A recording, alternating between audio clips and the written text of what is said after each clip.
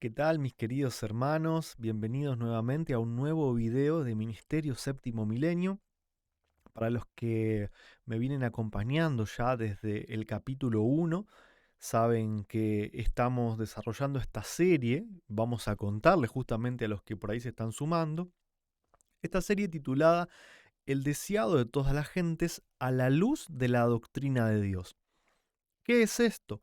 Estamos leyendo el libro escrito por Elena G. de White que habla sobre la vida de Jesús y estamos resaltando especialmente en cada capítulo todas aquellas citas que nos cuentan cuál era la creencia tanto de la sierva de Dios como del pueblo adventista en cuanto a Dios mismo, en cuanto a quién es Dios, quién es Cristo, si es hijo o no es hijo, quién es el Espíritu Santo, cómo es la jerarquía en el cielo. También resaltamos el tema de la ley de Dios y el mensaje del tercer ángel, que es la justificación por la fe, tema que también hemos tratado en una serie en este canal, y algunas citas también sobre la naturaleza de Cristo. ¿Sí? Ustedes pueden ver que estos temas tienen en común que son las doctrinas fundamentales del adventismo. Lo que queremos hacer es volver a esa senda antigua cuando Dios reveló todas las verdades al pueblo adventista en sus primeros 50 años y que ya desde hace unos 90 años o 100 años que nos venimos desviando bastante del camino, entonces Dios nos llama a volver ese camino y mediante este humilde trabajo deseamos colaborar para que eso suceda. Vamos entonces a compartir la lectura de este capítulo que se titula La ordenación de los 12. Jesús, como sabemos, había elegido 12 discípulos. Al principio vimos el llamamiento por ejemplo, de Andrés, Pedro, Santiago, Juan, de Mateo, de Felipe, de Natanael. Pero bueno, todavía no se completaba este número de 12, entonces vamos a ver acá eh, cómo este capítulo nos relata un poquito esa historia, ¿no es cierto? Y lo curioso es que comienza resaltando no tanto lo que los discípulos iban a hacer o quiénes eran, sino la forma en la que Cristo les enseñó y en la que Cristo los preparó para poder elegirlos, ¿no? Y bueno, la primera cita que resalté dice, fue bajo los árboles del Edén donde los primeros moradores de la tierra eligieron su santuario.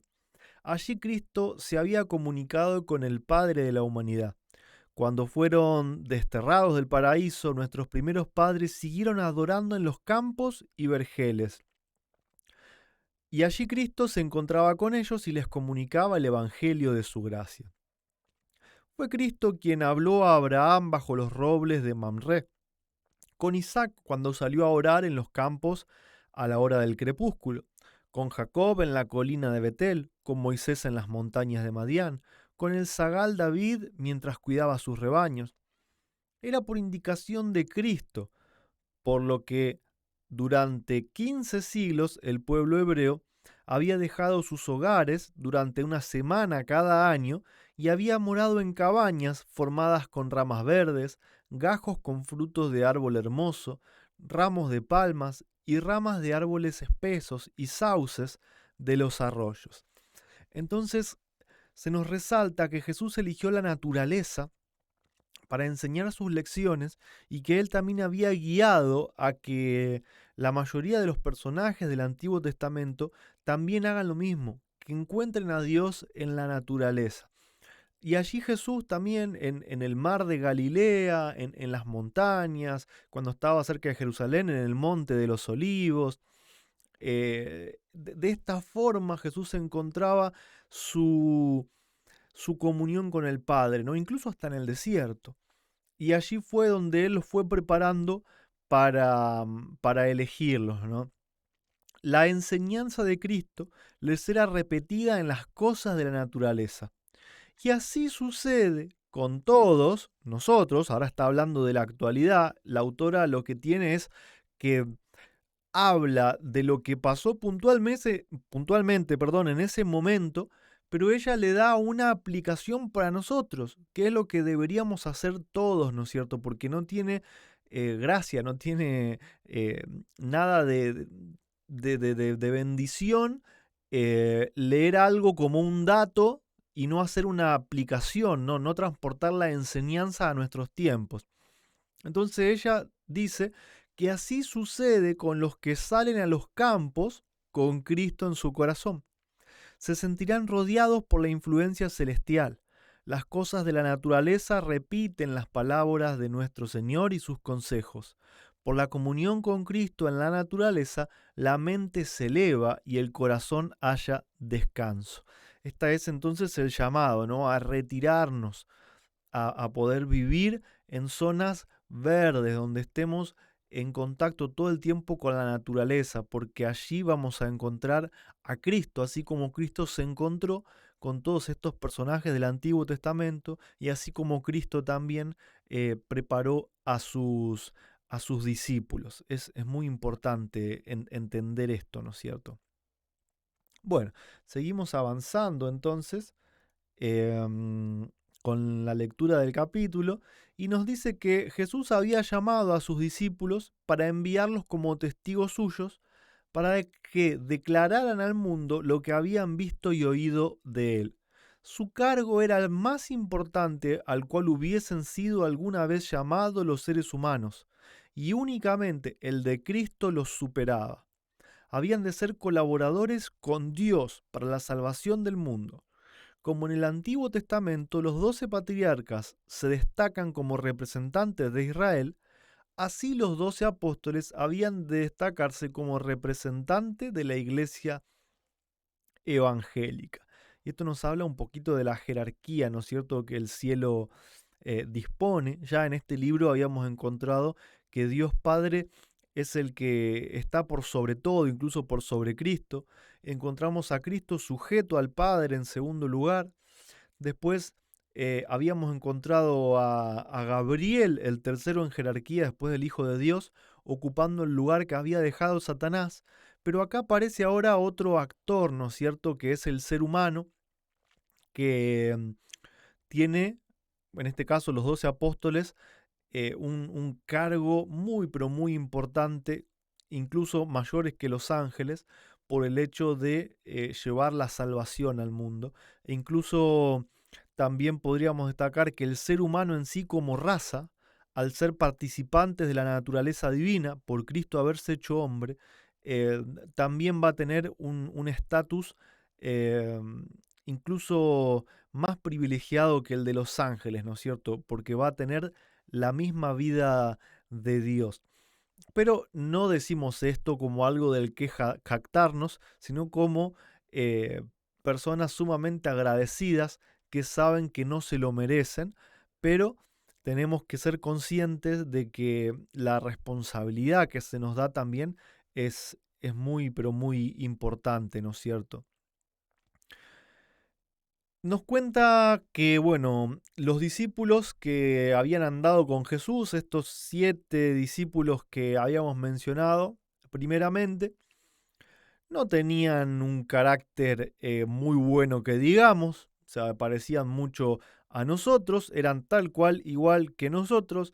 Y bueno, ella va relatando, ¿no es cierto?, que por ejemplo Felipe tenía mucha falta de fe, mucha duda, Tomás era muy tímido, Juan y su hermano eran llamados los hijos del trueno, había un Simón que era el enemigo de Roma y los quería destrozar a todos, tenemos al Pedro que cortaba orejas, y, y Jesús los llamó justamente para prepararlos a su lado, si no eligió gente perfecta. Y se nos habla un poco de Juan, ¿no es cierto? Dice que Juan era más joven que los demás y con mayor confianza infantil abría su corazón a Jesús. Así llegó a simpatizar más con el Salvador y por su medio fueron comunicadas a su pueblo las enseñanzas espirituales más profundas del Salvador. Acá tengo, bueno, algo para rescatar muy importante, ¿no? Confianza infantil para abrir el corazón a Jesús. Esto es lo que debemos tener todos, hermanos. Confianza infantil en las palabras de Dios. No complicarlas, no buscar explicaciones universitarias para entender a Dios, sino poder espaciarnos en la simpleza del lenguaje de la palabra de Dios. Una confianza infantil. Juan, a pesar de que tenía un espíritu violento y de crítica, él tenía una confianza infantil.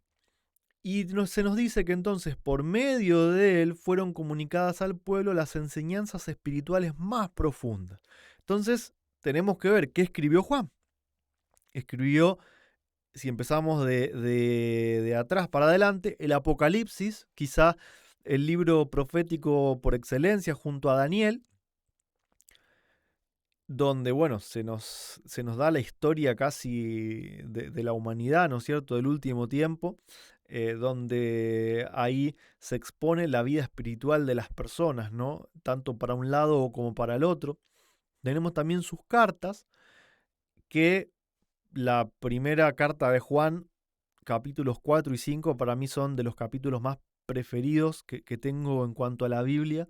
La profundidad que tienen esos capítulos son tremendamente importantes, emocionantes, contienen todas las verdades fundamentales y por excelencia el Evangelio de Juan, que tiene una belleza y una acumulación de verdades que es casi indescriptible, ¿no? Y no es casualidad que tanto el Evangelio de Juan como Apocalipsis también sean de los libros más tergiversados, donde se le hace decir al apóstol barbaridades que él no dice y se le adjudican creencias que él no tenía.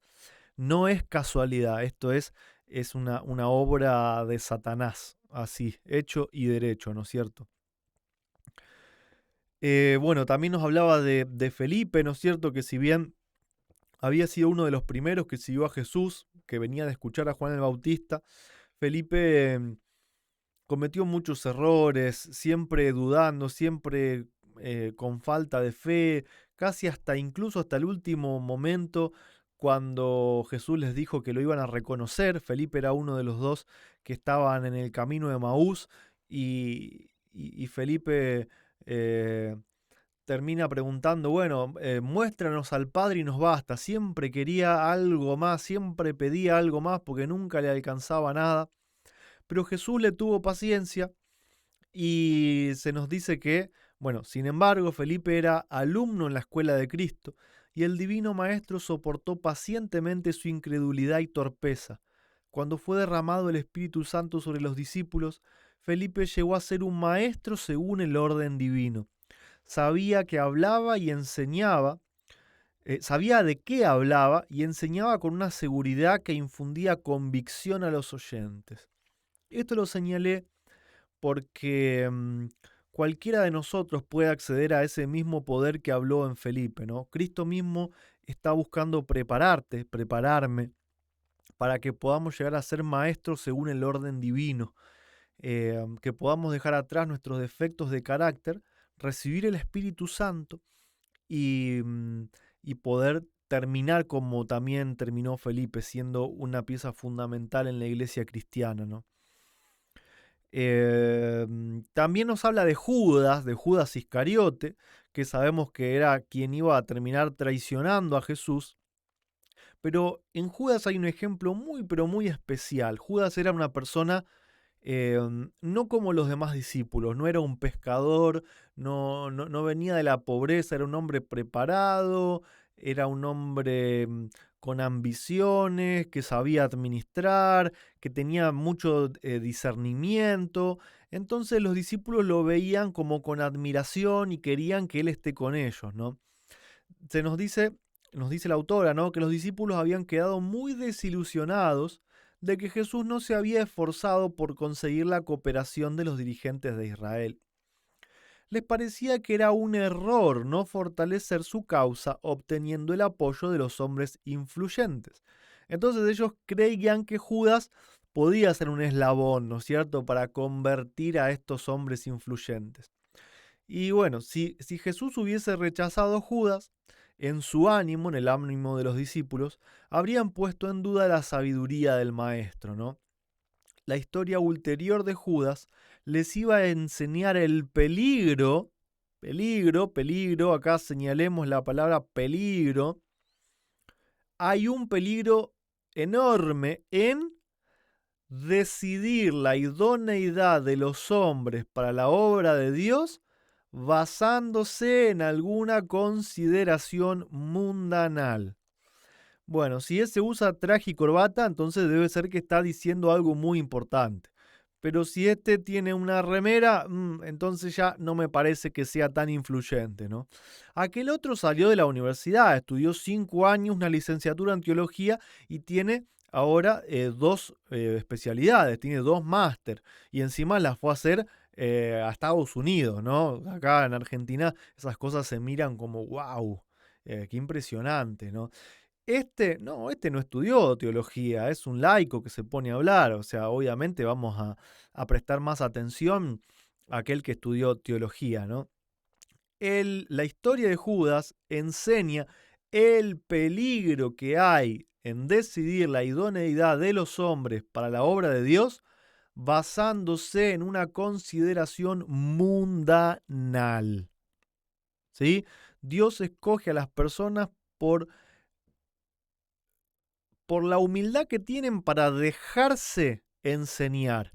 Entonces Dios ve el potencial en las personas, no lo que son, y rechaza a las personas que son doctas, pero son engreídas y orgullosas o soberbias, ¿no?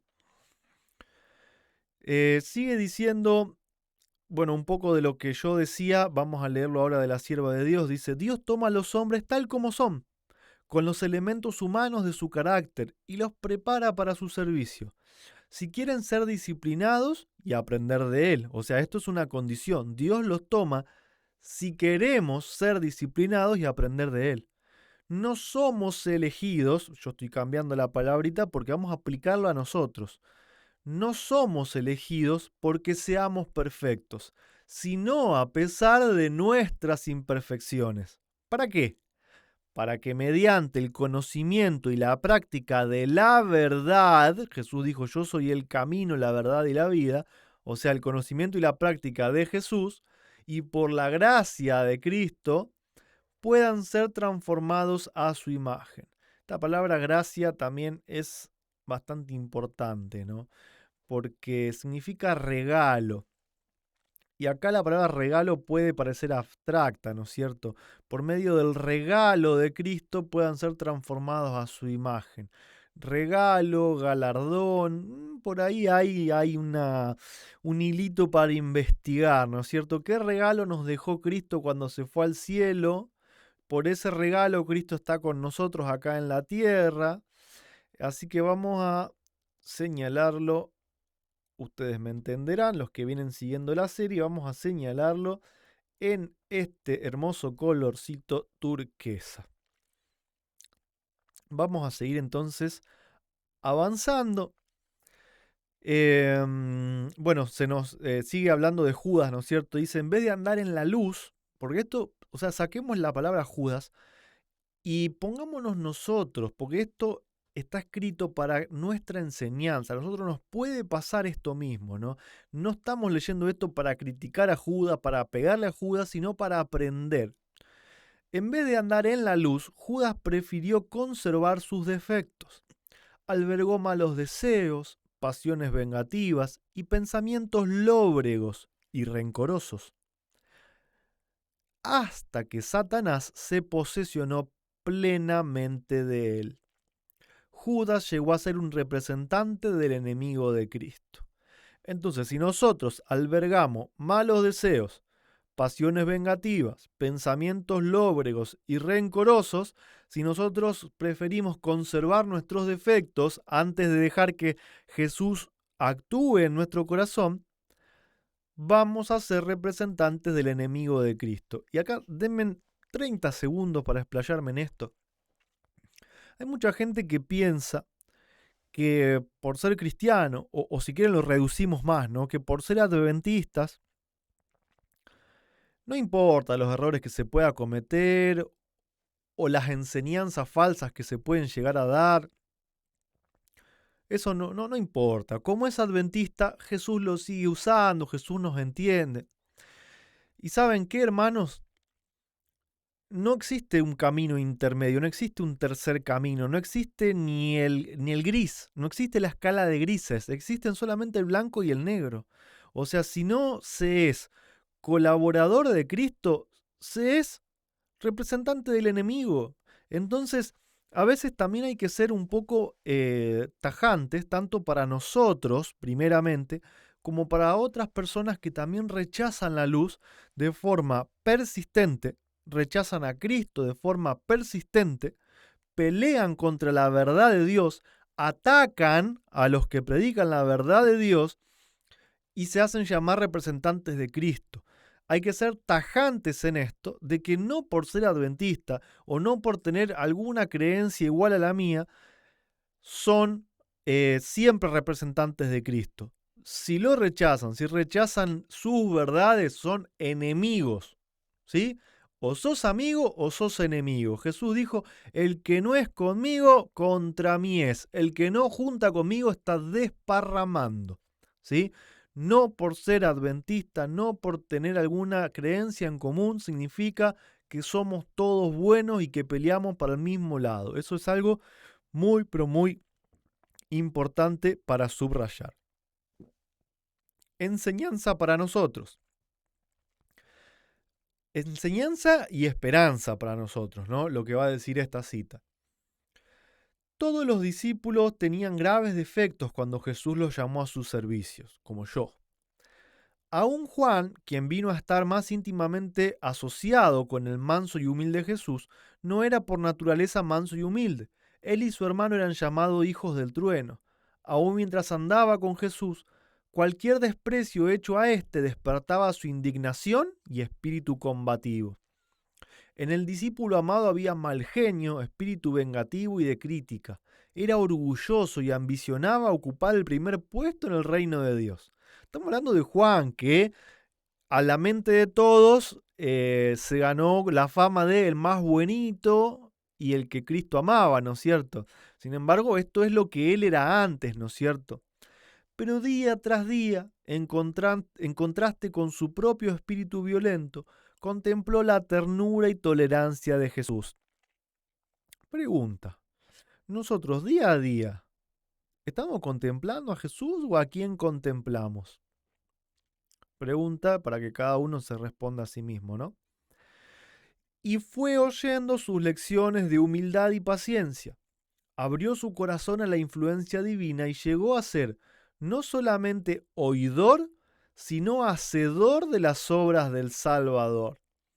Ocultó su personalidad en Cristo y aprendió a llevar el yugo y la carga de Cristo. Esto es para nosotros, un mensaje para nosotros. Ocultar nuestra personalidad en Cristo. ¿Qué significa esto? Lo que dijo Pablo, mas ya no vivo yo, Cristo vive en mí. Cuando hagamos esto, vamos a tener que llevar el mismo yugo y la misma carga que llevó Cristo Jesús, ¿no es cierto? Ellos continuaron compartiendo hasta el fin sus pruebas y aprendiendo las lecciones de su vida.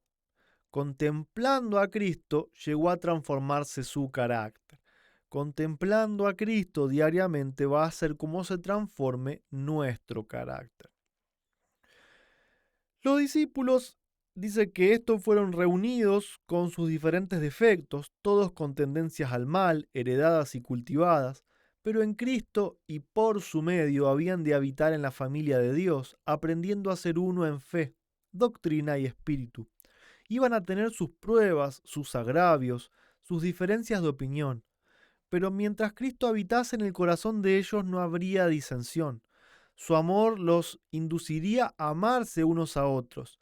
Las lecciones del Maestro harían armonizar todas las diferencias, poniendo a los discípulos en unidad, hasta hacerlos de una mente y un mismo criterio. Cristo es el gran centro y ellos se acercarían el uno al otro en la proporción en que se acercasen al centro. Qué lección tan, pero tan importante para nosotros hoy, tener a Cristo mismo como centro y todos los que trabajamos llevando el Evangelio, y esto los involucra a todos. No estoy hablando de los ministros, no estoy hablando de los evangelistas, estoy hablando de todos, porque todos tenemos que llevar el Evangelio. Vamos a estar unidos cuando Cristo sea el centro de nuestras vidas. Vamos a acercarnos más los unos a los otros cuanto más nos acerquemos a Cristo, ¿sí? Cristo mismo se revistió de la humanidad para poder alcanzar a la humanidad. La divinidad necesitaba de la humanidad. Seleccionemos estas palabras: divinidad, humanidad, divinidad, humanidad. Todo el tiempo lo pone en contraste, ¿no? De que se necesitaba lo divino y lo humano. Y a veces no necesariamente se está refiriendo a Cristo y a nosotros. También se puede estar refiriendo a Cristo y a Cristo. Tengan eso presente. Dice, porque se requería tanto lo divino como lo humano para traer la salvación al mundo. ¿Quién trae la salvación al mundo? ¿La traemos nosotros? No. Entonces, cuando se habla de que lo divino necesitaba de lo humano, no está hablando de nosotros, está hablando de Cristo. Cristo necesitaba de lo divino y de lo humano para traer la salvación al hombre. Cristo divino, Cristo humano. Eso es para grabar en la mente, porque a eso nos lleva a comprender toda la verdad sobre quién es el Espíritu Santo. La divinidad necesitaba de la humanidad para que ésta pudiese proporcionarle un medio de comunicación entre Dios y el hombre. Así sucede con los siervos y mensajeros de Cristo. El hombre necesita un poder exterior a sí mismo. El hombre necesita un poder exterior a sí mismo para restaurarle a la semejanza de Dios y habilitarle para hacer la obra de Dios. Pero esto no hace que no sea esencial el agente humano. La humanidad hace suyo el poder divino, Cristo mora en el corazón por la fe y mediante la cooperación con lo divino, el poder del hombre se hace eficiente para el bien. El hombre necesita entonces un poder exterior a sí mismo. Es un poder divino. Y tenemos Cristo divino y Cristo humano. ¿Qué es lo que Cristo dejó cuando Él se fue al cielo? Dejó su Cristo divino. Permítame usar esas expresiones así tan directas que a veces no son quizás semánticamente correctas, pero sí contienen la verdad. Ese poder exterior es Cristo divino, el poder que nosotros necesitamos, ¿sí? Seguimos entonces avanzando, ya estamos llegando a la conclusión, y esto es un mandato para nosotros, ¿no es cierto? Dice, hay almas afligidas por la duda, cargadas de flaquezas, débiles en la fe e incapacitadas para comprender al invisible. O sea, hay gente que no comprende que Jesús está con nosotros de forma invisible. No lo ven, no lo reconocen, ¿sí? Y eso está escrito porque el mundo no lo iba a ver y no lo iba a reconocer. Lo dijo Jesús mismo en Juan 14, ¿no? Pero un amigo, dígase Roberto, dígase su nombre, cualquiera de ustedes que están escuchando, a quien pueden creer, a quien pueden ver y creer, que viene a ellos en lugar de Cristo, porque no lo reconocen al Cristo invisible, puede ser el vínculo que corrobore su temblorosa fe en Cristo. Hemos de colaborar con los ángeles celestiales para presentar a Jesús al mundo.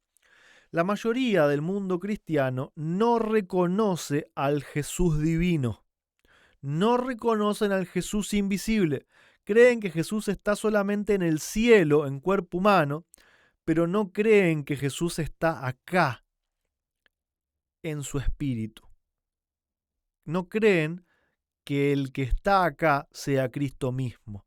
Entonces Dios nos usa a nosotros, que sí lo entendemos y sí lo vemos, para poder llegar a esas almas que tienen falta de fe, ¿sí? Que están incapacitadas para ver a Jesús, ¿sí?